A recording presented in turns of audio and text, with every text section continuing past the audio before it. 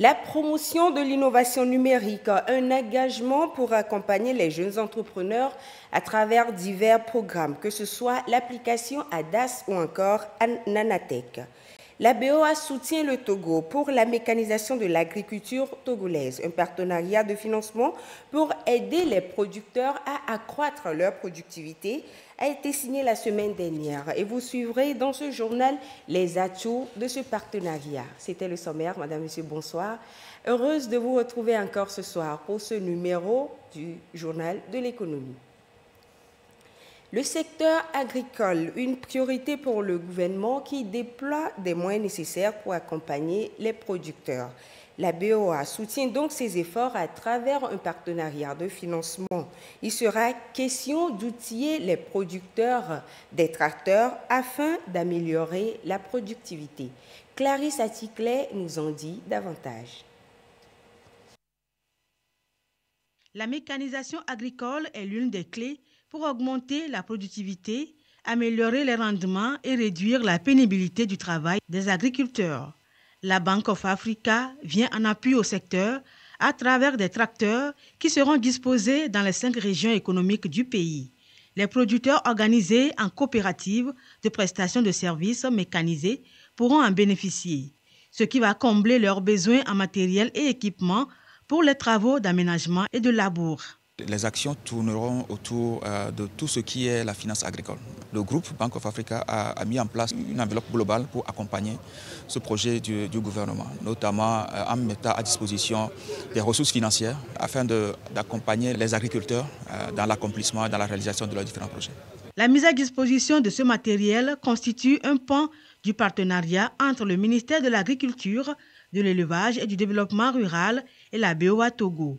Une importante enveloppe est également mise à la disposition du secteur pour le financement à un taux préférentiel des projets entrant dans le développement des chaînes de valeur comme la fourniture d'intrants, la mécanisation, l'installation des systèmes d'irrigation, la production, la transformation et la commercialisation des produits agricoles. Et nous sommes prêts, avec la puissance financière du groupe BOA, à aller dans les montants les plus élevés possibles pour pouvoir accompagner l'essor moderne de l'agriculture togolaise. Notre mission aujourd'hui est d'œuvrer ensemble pour créer un environnement favorable à l'accroissement des financements dans le secteur, à travers une synergie d'action entre toutes les parties prenantes, notamment les acteurs des chaînes de valeur agricoles, les banques et le ministère de l'Agriculture, de l'Élevage et du Développement rural. Bonne nouvelle donc pour tous les agriculteurs togolais. Avec des financements accessibles, désormais sans difficulté, le secteur va créer plus d'emplois et les rendements agricoles seront plus que jamais boostés. Le FAEJ, Fonds d'appui aux initiatives économiques des jeunes, de son côté, mise désormais sur la digitalisation pour faciliter la création d'entreprises aux jeunes. Il s'agit de l'application mobile ADAS. Comment fonctionne-t-elle et quels en sont les avantages? Les réponses dans ce sujet de Ulrich Amega. Créer son entreprise en un temps record, désormais, n'est plus un problème pour les jeunes entrepreneurs au Togo. Il suffit juste d'aller sur Play Store, télécharger gratuitement l'application ADAS et le tour est joué. Avec cet outil digital novateur, l'on retrouve toutes les informations nécessaires et utiles en matière de création d'entreprise. Mise en place par le Fonds d'appui aux initiatives économiques des jeunes, avec l'appui du PNUD, il intègre un forum interactif où le partage d'expériences est possible entre les utilisateurs. ADAS sert également de canaux d'échange entre les experts du FAEJ et les potentiels futurs chefs d'entreprise. Cette application offre une médiathèque en documents et médias sur l'entrepreneuriat axée sur les études de marché, les articles spécialisés, des cas d'études, des contenus visant à aider les entrepreneurs à rester informés des dernières tendances et meilleures pratiques.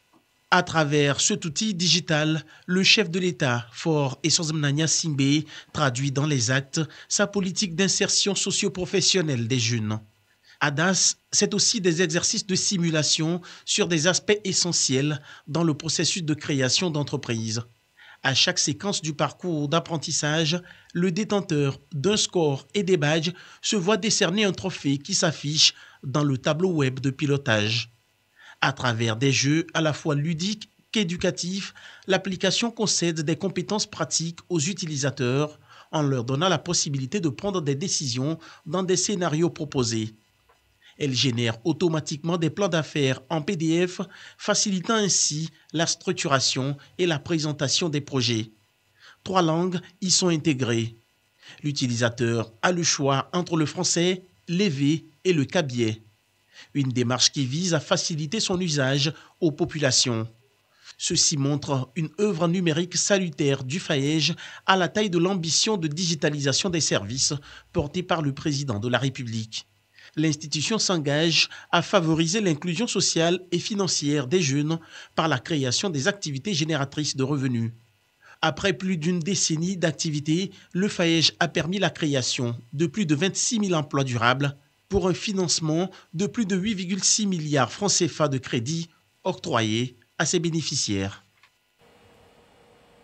Il est désormais plus qu'urgent pour les jeunes entrepreneurs d'aller vers la digitalisation et le ministère de l'économie numérique et de la transformation digitale a donc mis en place un programme pour accompagner les femmes entrepreneurs, Nanatech, ce programme qui vient promouvoir les talents féminins. Les détails avec Elie Agba Niadao.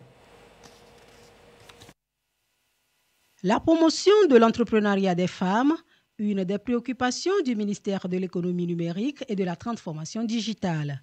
Il lance ici un nouveau programme, Nanatech, un programme qui vise à renforcer les capacités des femmes entrepreneurs, porteuses de projets et étudiantes dans le domaine du numérique et la promotion de l'innovation technologique au sein des entreprises dirigées par ces femmes.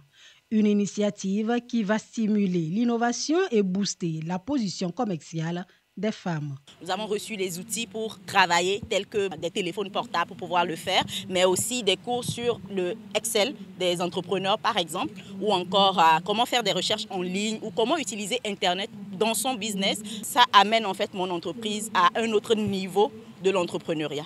Aujourd'hui, à travers ces formations, les potentialités que nous avons reçues durant les 6 jours, nos produits, nos services vont, à travers le numérique, atteindre les 4 coins du monde. Dans le cadre de son programme de promotion d'éthique, Nanatech a reçu l'appui financier du Millennium Challenge Corporation, MCC, à travers l'organisme du Millennium Challenge Accounts au Togo. Le soutien qu'on donne au Nanatech consiste à organiser des sessions qui mettent les bénéficiaires en relation les unes avec les autres et les amènent à expérimenter sur comment faire croître leurs entreprises. On les amène à tester leurs idées de business, on les amène aussi à utiliser le digital comme un moyen de faire croître leur entreprise un peu plus chaque jour. Le projet Nanatech est un concept qui fait partie de la vision gouvernementale avec pour mission principale d'identifier et promouvoir les talents féminins dans le secteur du digital. La contribution de toutes ces femmes qui vont être formées, dont les capacités numériques vont être renforcées, vont participer à la croissance économique, vont participer à la création d'emplois, vont avoir des revenus beaucoup plus conséquents pour contribuer au bien-être de leur famille, mais également aussi au bien-être de tous les Togolais. Ce projet adresse différents types de profils. Il y a des femmes qui ont des entreprises légalement enregistrées et il y a également des profils de femmes qui ont juste une activité qui génère de revenus. Le volet de préparer l'avenir, et ça c'est carrément la composante Nanatech Lab qui accorde un focus particulier aux étudiantes qui sont passionnées du digital. Déjà, équiper ces filles-là des ressources dont elles ont besoin pour, bien évidemment, développer des solutions pour accompagner les autres femmes entrepreneurs. À terme, le projet Nanatech va permettre aux femmes d'innover et d'être plus représentatives dans le secteur du numérique.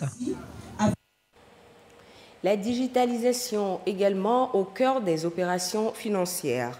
Le dépositaire central Banque de règlement, DCBR, Banque de conservation confidentielle de titres financiers, expérimente la digitalisation des opérations d'appel public à l'épargne. En quoi consiste donc ce projet de digitalisation? Les explications dans ce sujet de Marie-Thérèse Nabédé.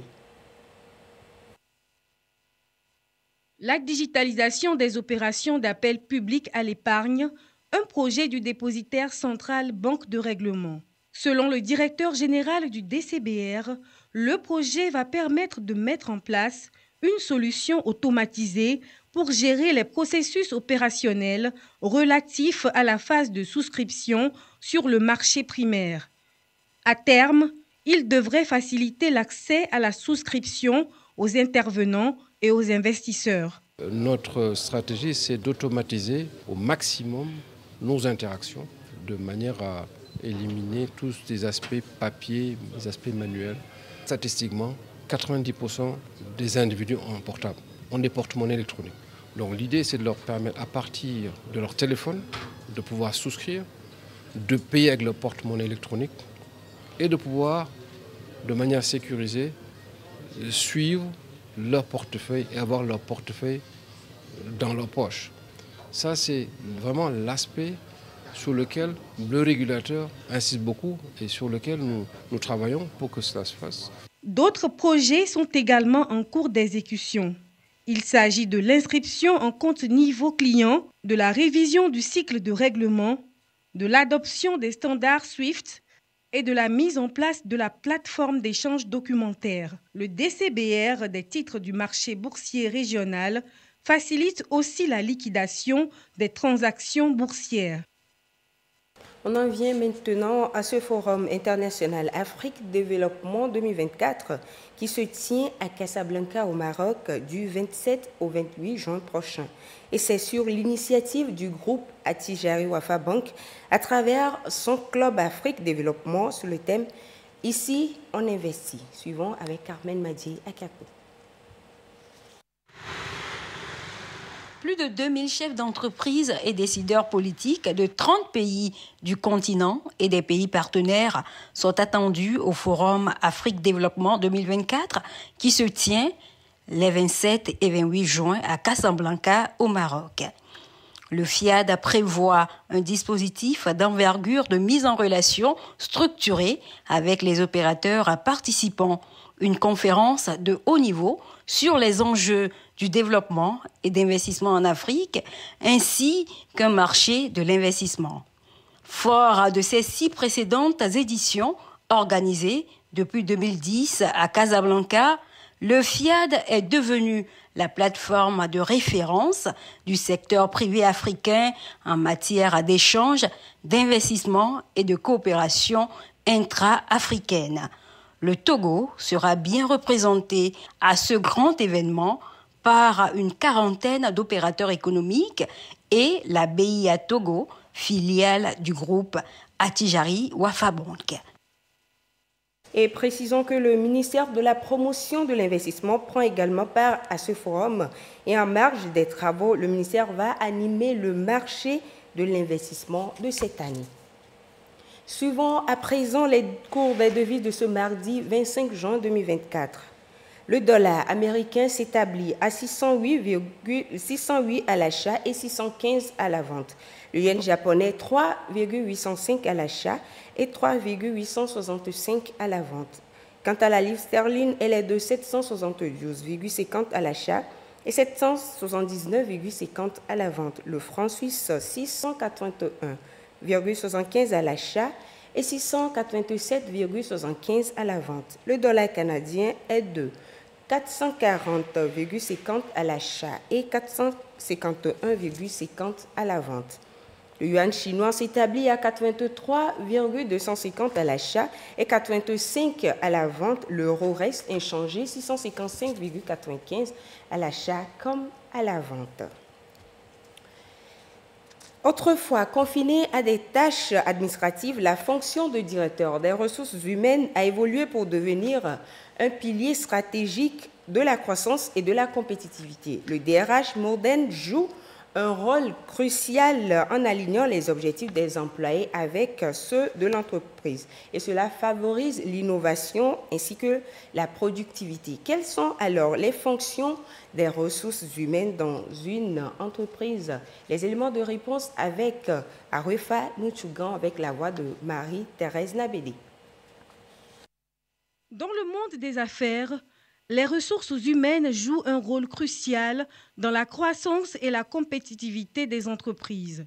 Le directeur des ressources humaines DRH est un acteur stratégique qui contribue à la performance de l'entreprise. Le directeur des ressources humaines est cette personne qui accompagne le salarié depuis son entrée jusqu'à sa sortie de l'entreprise. Compte tenu de la taille de l'entreprise et du secteur d'activité, les missions peuvent varier. Entre autres, on va parler du recrutement. Nous entretenons aussi des relations avec des partenaires sociaux. Nous veillons à être en règle avec l'administration légale. Un autre volet, c'est le caractère social à travers des gestes comme des sorties récréatives. Autrefois, le responsable en charge du personnel de l'entreprise avait principalement une fonction administrative. L'on constate de nos jours une évolution du métier avec des aspects plus prometteurs. Dans les années 1920, la fonction RH était centrée uniquement sur les tâches administratives, notamment la gestion des absences, permissions, congés et la gestion de la paie. Ce qui même donnait l'appellation entre guillemets chef personnel à celui qui détenait ce poste. Mais au fil des décennies, cette fonction a évolué en incluant des activités beaucoup plus stratégiques comme la gestion prévisionnelle des emplois et des compétences. Aujourd'hui, on peut dire que le DRH est un pilier essentiel au sein de l'entreprise. Nous avons progressé et la fonction est devenue, comme le disent les anglophones, un business partner de l'entreprise. La présence d'un DRH compétent est indispensable pour assurer la croissance et la compétitivité d'une entreprise.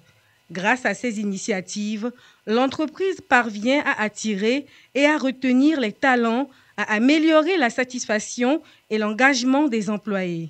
Nous avons un processus de recrutement efficace. Ceci impacte la réduction des coûts de roulement du personnel.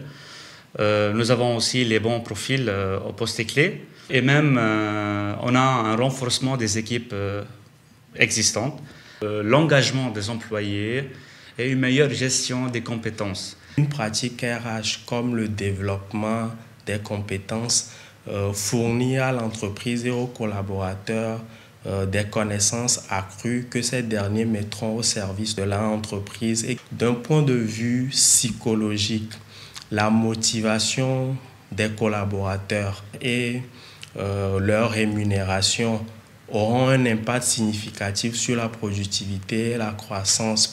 Les fonctions du DRH vont bien au-delà de la simple gestion administrative pour englober des aspects stratégiques qui influencent directement la performance et la croissance. Ainsi, une gestion efficace des ressources humaines est un atout incontournable pour toute entreprise souhaitant prospérer dans un environnement concurrentiel. Un tour des journaux économiques pour s'enquérir de l'actualité de l'heure. Et c'est avec Carmen Madi à Capou. L'actualité économique cette semaine a été essentiellement marquée par le processus électoral consulaire de la Chambre de commerce et d'industrie du Togo, CCI Togo. Sur la question, Ecofinance écrit « Processus électoral consulaire à la CCI Togo. Kai Mivedor Sambiani échange avec la CEC. » Le quotidien précise que le ministre du Commerce, de l'Artisanat et de la Consommation locale, Kai Mivedor Sambiani, a présidé le jeudi 20 juin 2024 une réunion d'échange avec la commission électorale consulaire sur l'état d'avancement du processus. Ecofinance indique que la séance a été une occasion de présenter les données clés du processus électoral consulaire. Sur les 597 dossiers d'opérateurs économiques reçus pour inscription sur la liste électorale, après traitement des dossiers non conformes et des réclamations, une liste définitive de 277 inscrits a été publiée par la commission électorale consulaire. L'économiste du Togo, de son côté, a plutôt dévoilé la liste des candidats à ces élections. Union pour la patrie, elle, a consacré une partie de ses colonnes au chiffre d'affaires dans le secteur du commerce et des services. Le bi-hebdomadaire révèle les tendances du 4e trimestre 2023 selon l'INSED. La réunion d'échange entre le ministre, secrétaire général de la présidence de la République et les partenaires techniques et financiers a également retenu l'attention des journaux. Ecofinance en parle en précisant que l'aide publique au développement s'établit à environ 2 000 milliards de francs CFA sur la période 2018 à 2020.